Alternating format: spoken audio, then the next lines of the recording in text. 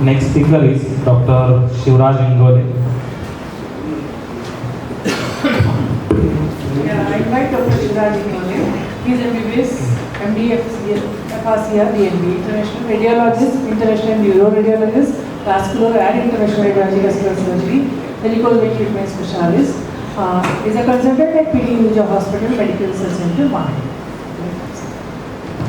His topic is balloon angioplasty for isolated penile artery stenosis in patients with erectile dysfunction.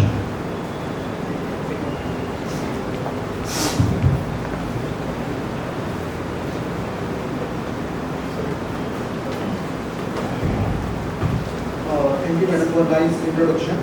I'm Dr. Shivraj Ingole. I'll be speaking about balloon angioplasty for isolated internal coronary artery stenosis in male erectile dysfunction. First of all, I would like to thank Dr. Amit sir and his team for organizing such a wonderful conference, and for audience joining my talk. To start, this is a famous quote by Leo Tolstoy: "Man survives earthquakes, epidemics, the horrors of disease, and agonies of the soul. But all the time, his most tormenting tragedy has been, is, and will always be tragedy of the bedroom." It's very true. Erectile dysfunction affects millions of men worldwide. It has profound impact not only on physical health, quality of life, and overall quality. While many people are familiar with conventional treatment like medicines like phosphodiester inhibitors like Viagra, in cavernous injections, penile implant, but most of you don't know about even improving vascular health can help patient of erectile dysfunction. Today we will explore how penile artery angioplasty will help in erectile dysfunction patients. Erectile dysfunction is the inability to get or maintain an erection long enough to have sexual intercourse. Now there are, before diving into the penile artery angioplasty, it is important to understand the causes of erectile dysfunction. Erectile dysfunction, all you know, there are main 5 causes of erectile dysfunction: hormonal, that is reduced testosterone level; psychological factors; neurological factors, that is nerve injury, as Dr. Yogesh also explained, and and vascular cause, which is the most important cause, and again drugs in recent era. Now, how common is erectile dysfunction? Is almost 1 in 5 person in their lifetime will suffer erectile dysfunction. It is more as you increases, it will increase. How often treated? Only 10% of the erectile dysfunction patient will get treatment, and success rate is very high. It's almost 78%. Remember to ask all patient about diabetes mellitus, blood pressure, and any medications. Now you should understand erectile dysfunction often present 3 to 5 years prior to onset of cardiac or vascular disease. Why? Because this average mean diameter of the penile artery is around 2 millimeters, and average diameter of the coronary artery is 3 to 4 millimeters. Suppose patient is having any hypertension or diabetes mellitus, so penile arteries there are more chances that the narrowing will manifest earlier. So you can tell penis is the barometer of the cardiovascular system. Now if you see the organic etiology, almost 40% of the patient will have vascular problem and 30% will have diabetes. Even in diabetes, main etiology of erectile dysfunction is, apart from nerve damage, there is a vascular pathology also involved in diabetes. If you consider both these together, almost most important cause of organic cause is vascular problem. Now, as you know, these are current treatment options. These are medicines are the phosphodiesterase 5 inhibitors. Those are sildenafil, and then again androgen replacement therapy, that is testosterone. Then, as you are routinely practicing this intracavernous injection and stem cell therapy, as Dr.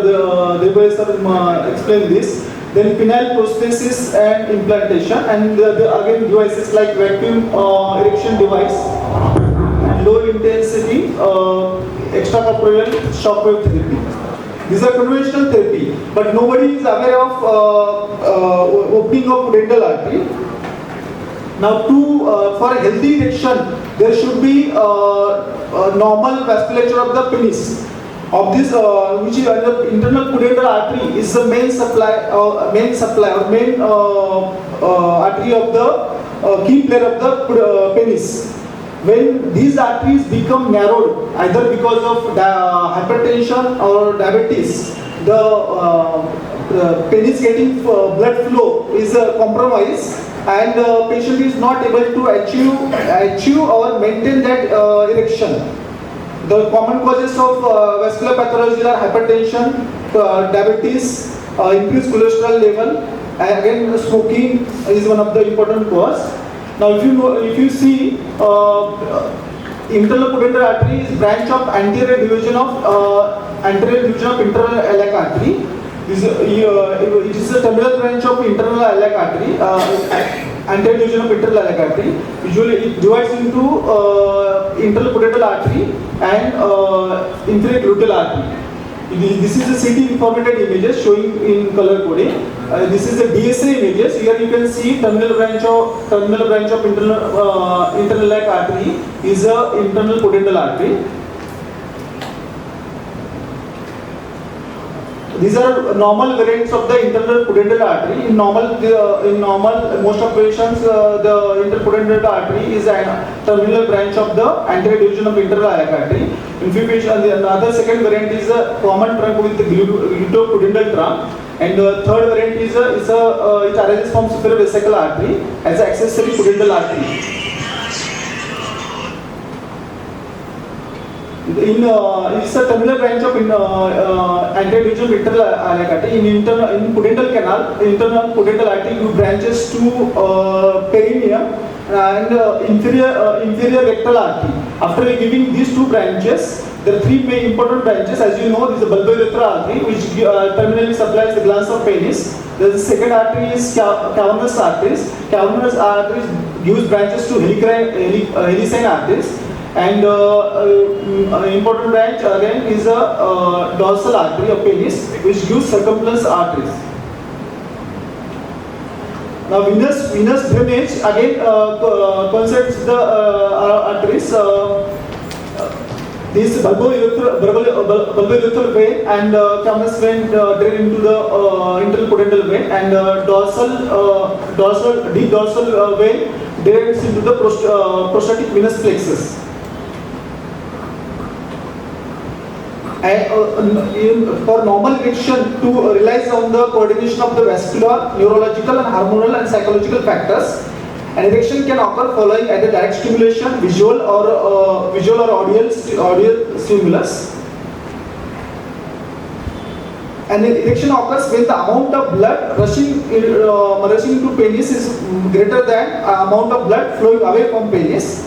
Massive reflux of blood occurs in sinusitis because of relaxation of the muscles and dilation of the arteries. This phase is called pubescence. After pubescence, due to increased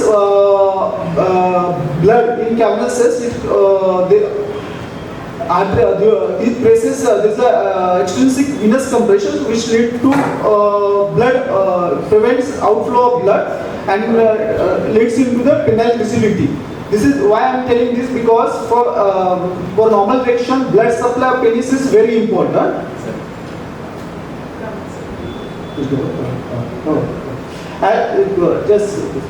Now this is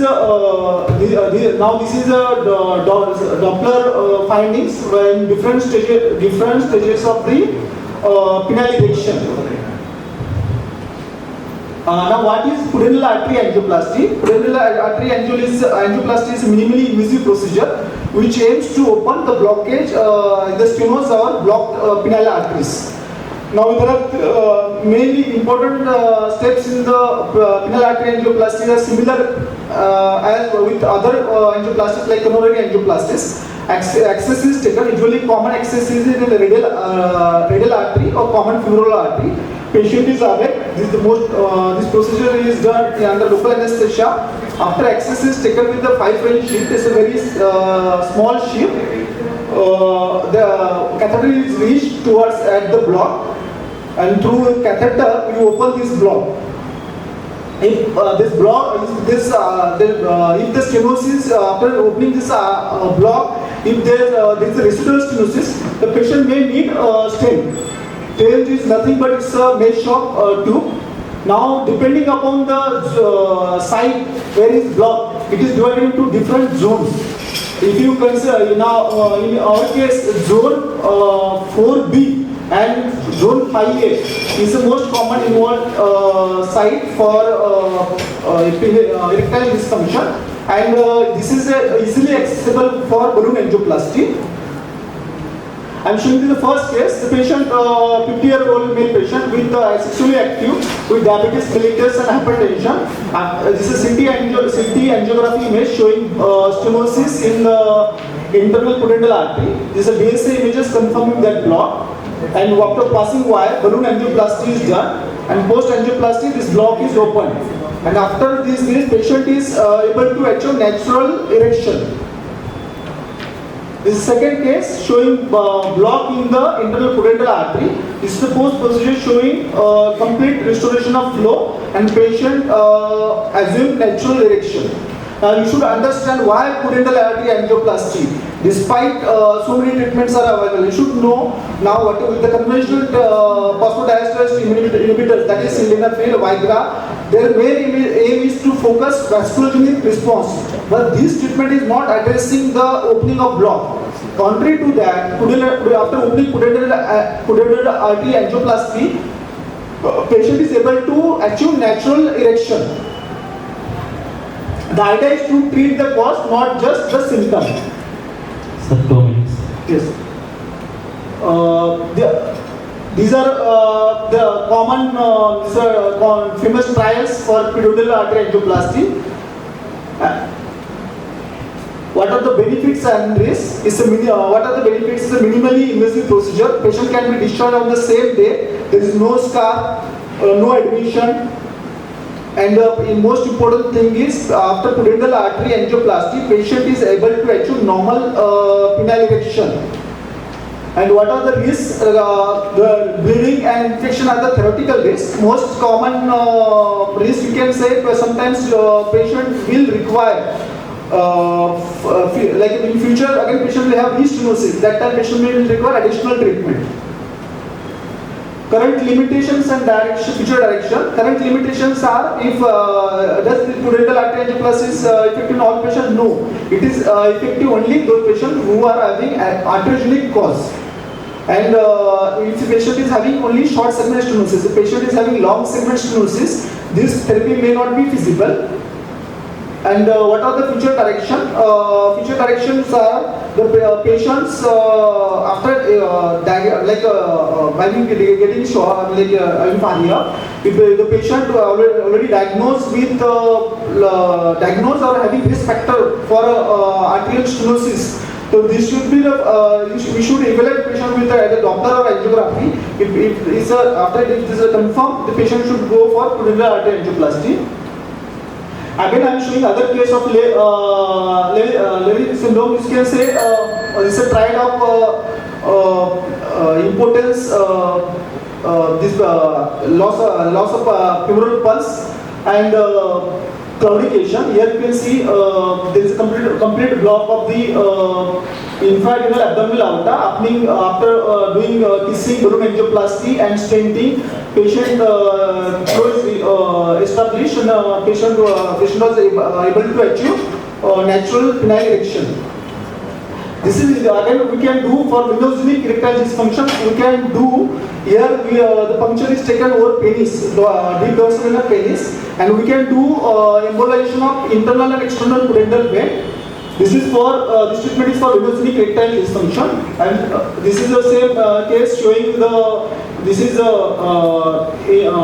internal and external pudendal veins, and this is periprostatic veins. After embolization, patient is able to achieve sufficient erection, maintain erection.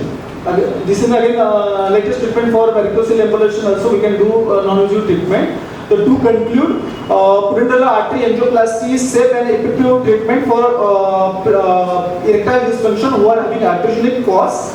Penile artery angioplasty helps to achieve natural erection, and in future times it can be combined with other therapy for patient benefit. Thank you. Thank you.